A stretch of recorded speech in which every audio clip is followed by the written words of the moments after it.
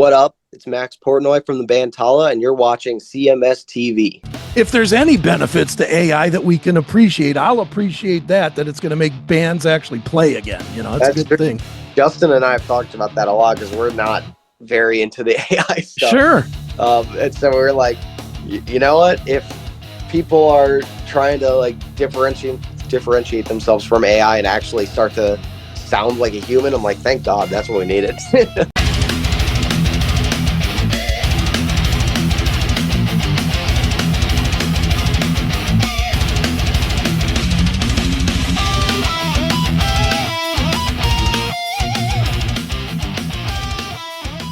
Chris Aiken Presents. I, of course, am Chris Aiken, and today on the show, we're going to bring you some modern metal, and I don't even know what we're going to call this. I'm going to ask our guest here to define it, because I don't want to say, well, this progressive metal band or this modern metal band, because I don't think any of that is really accurate. It's just a great metal band. The band is Tallah. The new album is Primeval, Obsession/Detachment, and here to talk all about it, the new bassist of the band, or he's the longtime guy of the band, but the new bassist of the band, Mr. Max Portnoy. Max, how are you, man? I'm doing all right. I think I got sick at our release show, so that part's not great. But well, at least you had a release show to do, right? Yeah, exactly. I got to be stoked about that. We could be 5 years ago, and you could be sitting at home staring at a screen. So yeah. Mm-hmm. Well, dude, let's dig into this, man. As I said in the intro, I love this, but when I get asked by people to describe it, I don't know what to say. Yeah. You guys are one of those bands that could play with Gojira, or you could play the Prog Metal Fest. Mm-hmm. You guys really fall in there somewhere. So where do you describe it to people? I mean, what do you tell people about your music? I'm very stoked that you just said what you said, because that was honestly kind of our goals. Like, we didn't want to be put into a box with this album, so we just were like trying to do our own thing and make it as authentic as we could to just ourselves. And because we don't feel like we fit in a box. If we were to be like, we are this X style and we have to write in that, with like, none of us will be satisfied with that. Like, we want to just be able to do whatever weird things we do. So like, I'm kind of with you. I don't even really know how to explain it. I guess like we've been talking a lot, and like there's so many umbrella terms, but like, dude, like, I don't know. Like, to me, it's just us. But I'm like, if we had to call it something, some people call it like alt metal, and I'm like, maybe that makes sense, because that's kind of just what other bands that are considered alt metal. They're like, sure, they also just don't fit into other things. Right. But I don't know. Like I was saying, like, they're like you said, there's elements of all this different stuff. There's like some proggy stuff, there's some new metal-y, there's some hardcore, there's some modern metalcore, deathcore, slam parts. But really, at the end of the day, it's just us being us and just doing what we think is cool. And we're a bunch of really weird people, so it ends up just being this weird kind of unique experience, I think. Sure. Well, and I'll tell you what I like most, man, for you, and this is the only time I'm going to mention your dad, I promise. But for you, it would have been easy to do a prog metal band when your dad is one of the forerunners of the entire genre. Yeah. It would be easy. It'd be easy to be, and there are a lot of kids of famous musicians that do just that. They get in, and Dee Snider's kid sounds just like Dee. I mean, and he does the same sort of a thing. I love that you just said, you know what? Push it away. I'm going to do my own thing. My question to you is, how difficult was that to do, or was it easy to do? It was really easy, because all it was just me following what it is I wanted to do. Okay. I did start by doing some prog music with a band back in like high school, and that was fun too. I did it because me and the guys I was with were all fans of prog, so sure, we started by doing that, but it wasn't really what I wanted to do. I didn't realize until we were doing it, I just want to do like really fun heavy shit, you know what I mean? Right. that's where my heart kind of was, especially with the shows. Like, I liked whenever you play a crazy show and there's people losing their minds and it's all high energy and stuff, like that's what I liked. So that's what I wanted to do, and I just kind of just trusted my gut with like having Sure. this vision of what I wanted, and kind of seeing it through. And yeah, it's totally different than anything in my dad's world. Like that's what a lot of people are like, oh, he's just riding off of whatever from his dad. And I'm like, dude, my dad like is one of my biggest supporters, but he hasn't done anything for Sure. Tallah. Like he just watches what we do, and he'll like put it like on a story if he's at a show, or share our album, be like, this album came out great and whatever. But it's not like he's not like pulling strings behind the Sure. scenes and making things happen, because it's like, I guess even if he wanted to do that, it's like it's a different world. So it's like, it just doesn't really line up. So I don't know. Yeah. It Well, is and it's good that he does it that way though too, because if he did it the other way, he'd ruin your career before you even started. Yeah. Because you would never. Every single interview would be like, "Here's the son of Dream Theater's Mike Port." Instead of dealing with Tallah as its own entity, it's probably a good thing that he keeps his hands off. No. Yeah. I think both me and my dad always thought the same thing. So I'm very excited about it. I'm like, whenever someone addresses me as just for who I am or talks about my band, Mm-hmm. I'm very happy about that. Like I'm not ashamed of, Sure. Why would you be? but I'm just like, when sometimes people go up to you and just be like, you're Mike Portnoy, so they don't even know your name. They don't even know what you look like. Sometimes people come to the show, and now that I'm playing bass, they go to our current drummer Joel, and they're like, "You're Mike Portnoy's son," and I'm like, "Dude, he couldn't look further from what I look like." like they don't know anything besides like the drummer of Tallah should be Mike Portnoy's son. That's all they know. Right. So I'm like, I'm always grateful when there's someone who's just like genuinely a fan of the music and the band. Sure. Like that's what's awesome to me. Right on, man. Well, dude, you mentioned it. I want to dig into it a little further. You did change instruments this time, which outsiders will think one thing. I'm obviously in the business as well, so I'm thinking another thing. Where outsiders are like, "Oh, cool, different instrument." I'm thinking, man, you had to learn different places to start in songs. You have to learn different intros. You have to get different gear. You have to know all the gear. You have to know what makes your bass sound right for Yeah. this kind of music, etc. Talk a little bit about the change, why you did it, and how difficult it's been to do it. So it's funny you bring up the gear stuff, because that was honestly probably more of the hard part. Because I was like, when I started the band, I still do. I write the instrumentals myself pretty much. I mean, once we have the songs there, we take it as a group in the studio, and everyone kind of does their own thing with it. But at the core, it starts with songs that I've written. So I was already playing the riffs on guitar and bass. So it's like the actual act of playing it wasn't hard for me. And that's kind of why we did Mm-hmm. it, was because we were looking for a bass player, and I had um, needed a fill in whenever I was drumming with the other band that I was playing with, Code. And we were just looking for a bass player. We're like, we can't really find the right fit, but yet we loved my fill in drummer. So it was like, Right. well, I already know all the bass riffs. Might as well just keep the guy on drums that we really like, and I'll just try doing bass. But that's kind of how it started. But I'd always wanted to do it because I like to be able to move around Sure. for this type of music that we do, especially where the crowd is just moshing and it's all high energy. And I want to be like a part of that instead of being sat behind a drum kit, not being able to move or anything. So I enjoy that. And like I was saying, I already knew all the riffs because I wrote it. So it wasn't, that aspect wasn't hard, but I was like, well, I have a bass guitar, but it's like I don't have any gear to play this Right. live, so I did have to look into that, and I ended up just looking into like bass tones and things like that that I really liked, and I'm sure anyone that listens to it can tell that a big inspiration for me with my bass tone and some of my playing is Ryan from Mudvayne, and he kind of like made that Warwick thumb sound really Sure. iconic in metal. And I've always loved it because I'm a percussive guy. I started with playing drums. So I was like, I want to be able to essentially drum on a bass, which is kind of what slap is. Sure. Um, so yeah, I just got really into that. And when we started to do the album with the mindset that I was actually playing bass, I started to like really lean into that and be like, well, if it's going to be me playing bass, I want it to have its own identity. And so I made it very percussive and, rhythmic with it. Right on, man. Hey, it's Chris Aiken from the Classic Metal Show, Chris Aiken Presents, and the Seth Williams Show, straight from the uncensored heart of the CMS network. We've just been crowned a certified Rumble creator, and that means we're bringing the heat. All our shows, commercial free, baby.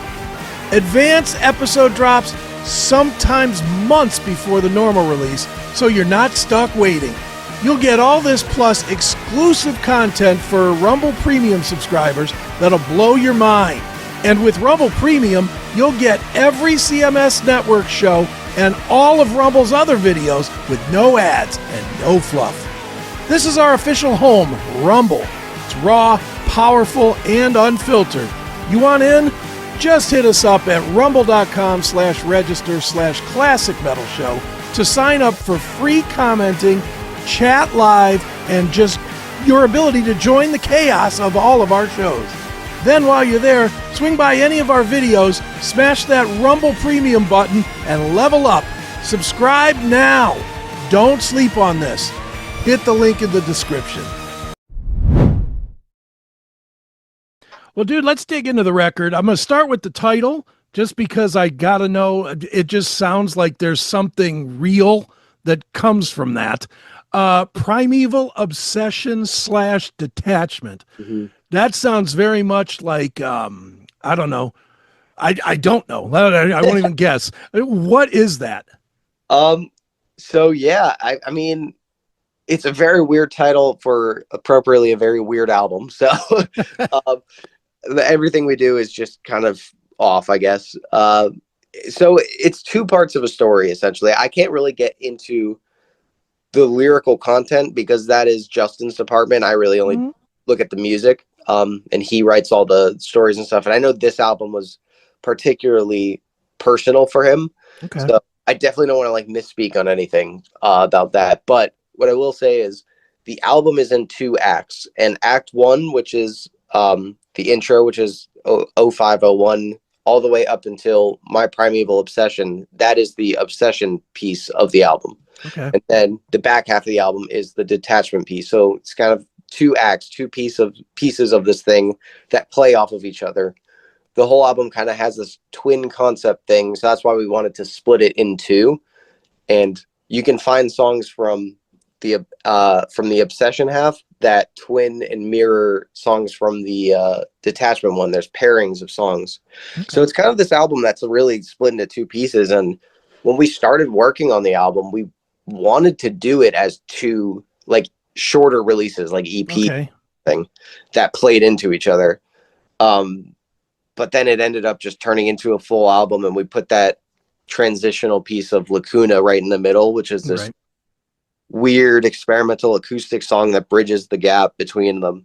So yeah, it's a bizarre thing. The title is very much just Primeval's the album, but then Obsession is act 1 and Detachment is act 2. You know, right on. Yeah. Do you do when you guys go out and play like your own headlining gigs? Do you do the whole record in its entirety to give people that experience? Yeah, we just did our first album release shows this last weekend. Okay. And we did, the full album in its entirety, and then we did a little encore of some of the old songs. But yeah, we did it all in one go, and it's fun because it flows. It intentionally flows that way. You know, that's how we wrote it, and we get to like the end of the album live, and we're like, oh, that was it. That flew by. Right. So yeah, it was really fun to do that live. I mean, if the album is like, you know, fans really want to hear it start to finish on a full tour, I mean, maybe that's something we do in the future. It was a lot of fun to do it for the release shows. Very cool, man. Well, dude, talk a little bit about working with Josh Schroeder for production purposes. What did he bring that? And I'm always curious about this because you grew up in this business. I know you know how to turn the knobs and you know, up and down and get the levels and line everything up. So what led you to Josh? Was it something additionally that he had that you felt like you couldn't do? So, I mean, I'm no mixer by any means. You know, I know like how an album's made. I know the process. That's why like I've kind of like co-produced all the albums with Josh, but this one we really like actually credited it. So co-producer, because really like when I get in there with Josh and the band, I have my fingers in literally every single thing that happens in there, every little detail I look over. So I do know like how albums are made and produced and stuff. But Josh is like one, he's like the best person in the world. Just he is just the like we always say he's like our seventh member of the band because he's just the coolest guy. He is I feel like the only one I talk to in the industry that actually understands us. And Sure. like when I'm trying to explain something to him, it feels like he's already in my brain. He knows what I'm talking about. He knows how to make it happen. He's like an incredible mixer and engineer and producer and everything. And yeah, when we needed to do our debut album, Matrifugy, we were just kind of like looking around. We were originally going to do that album with Ross Robinson, which would have been Okay. really cool. Yeah, I'm sure. obviously huge fan of the albums he's done, but it just didn't end up working out for any reason. So we were like, all right, we got to find someone who's mixing, albums that we think are like the best. And we found Josh's through like the albums he did with Varials. Okay. Uh, just like he has, in our opinion, the best mix for like any modern band. Like it just sounds huge.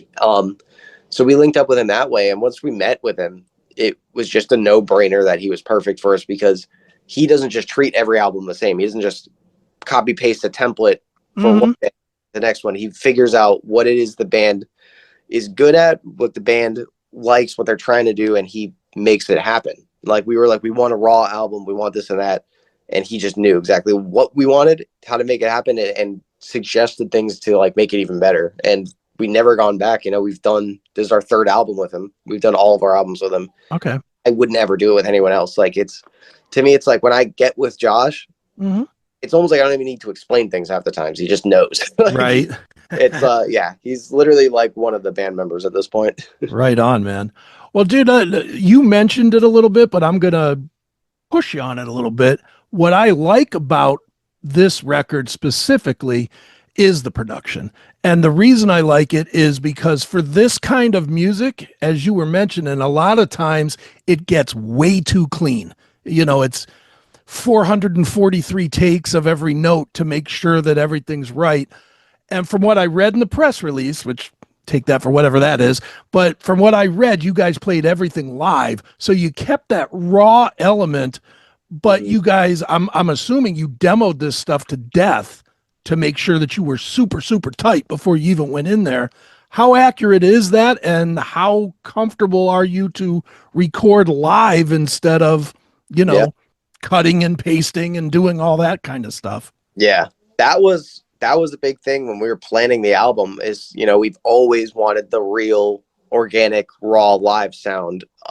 But it was always never fully there because we were still doing like the typical things of like doing it to a click and punching things in and stuff like that.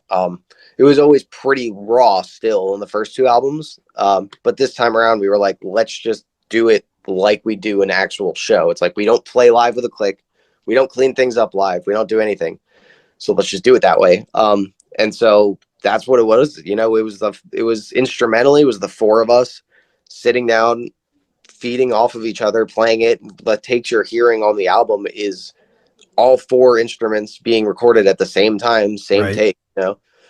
And yeah, it was definitely like a learning experience for all of us, including Josh. He had recorded some albums off click, but they weren't metal ones, and Sure. he was super into the idea when I was talking about it with him. He was like, yeah, that's a no-brainer for you guys, and he was excited to figure it out. And so honestly, there's like the first week in the studio, we didn't even really record anything.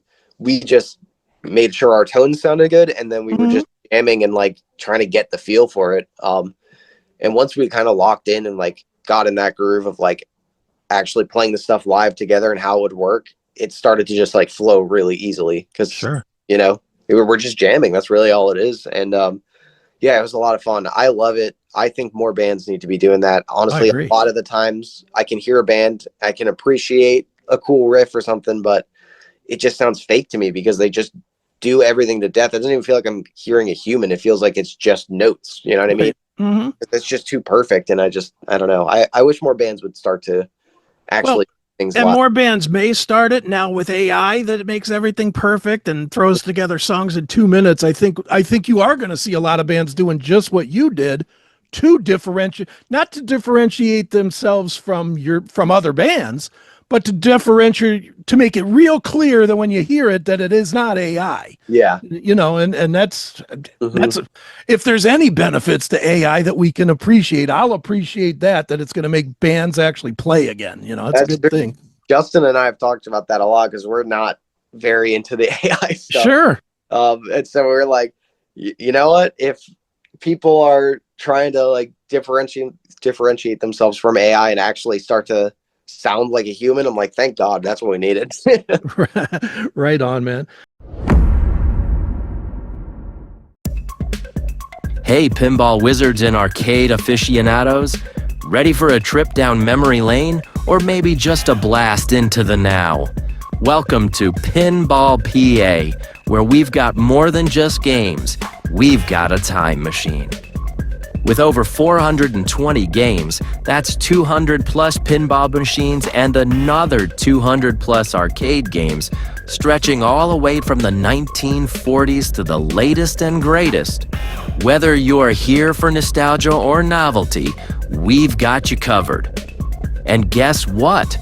No quarters, no tokens.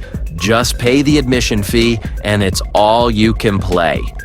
Perfect for birthday parties, team building events, or those special educational STEM and STEAM field trips.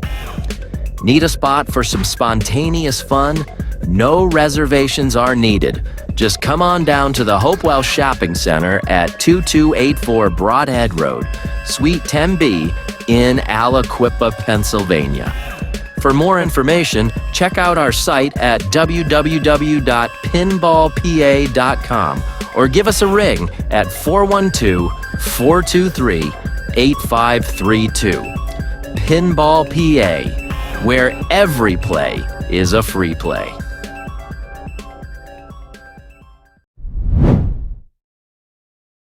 Dude, I'm curious with a record like this that is conceptual, what is more important to you guys collectively as a band? That people enjoy it, like they just go to the show and they don't know what the hell you're singing about, but they enjoy it, or that they get the concept, and because to get the concept, they will have had to spend more time with it Yeah. to really learn it. What's more important to you? It's hard to tell because there are fans that are on both sides of the spectrum where like they're super into the concept and that's like everything to Okay. them. And like I see it a lot in our Discord, which is like a bunch of our like kind of like huge fans. They're in there. There are some of them that are like still begging Justin. They're like, please put out like a concept video because he's done videos for the first two albums where he goes through it. And Okay. and for me, like that was never a big piece of it. Like to me, it's like the music, the songs, the hooks, the way it makes you feel, and the energy. That's like what it is. And I think there's a lot of people that come out to the shows. Right.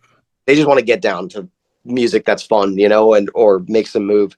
That's where I'm kind of at, and that's Okay. what gets me excited whenever I see people moshing and just like losing their minds.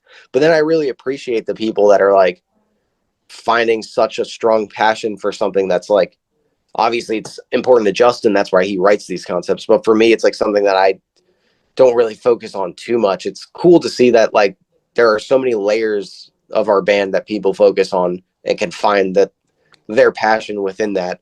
I think it's cool. Yeah. No, I agree with you. Well, dude, obviously you put out a new record.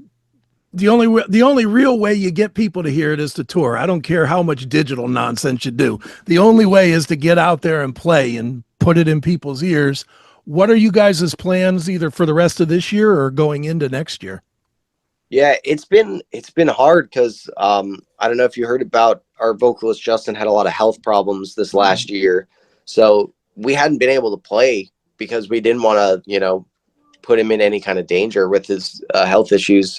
Sure. So these release shows we just did was the first thing we've done in like a year. Okay. It was awesome to have that experience again. And so we're going back on tour in November with King 810. And that's going to be our first full tour in a while. And hopefully everything's all right with Justin's health for that. And that's a full US tour. You know, we go Okay. East, West Coast, everything in between. And hopefully after that, it's kind of our run of trying to figure out like, how do we do this and how do we keep Justin healthy and safe Sure. while doing it. And assuming all goes good, then the next year, 2026, we're just going to try and go full force with touring again the way we've been doing before. How difficult is it these days for a young band? Because I rail about this on my show all the time about I don't think the older bands do enough to take care of the scene. And I know you see this all the time too. The older bands take out their buddies. They've been touring together for 30 years or whatever, and they bring out their buddies because they know they can get along. I get all that, but at the same time, it hurts the scene because the scene doesn't develop. It just stays with the same old bands year after year after year. How difficult is it for a young band like Tallah to get out there and make moves and establish yourself?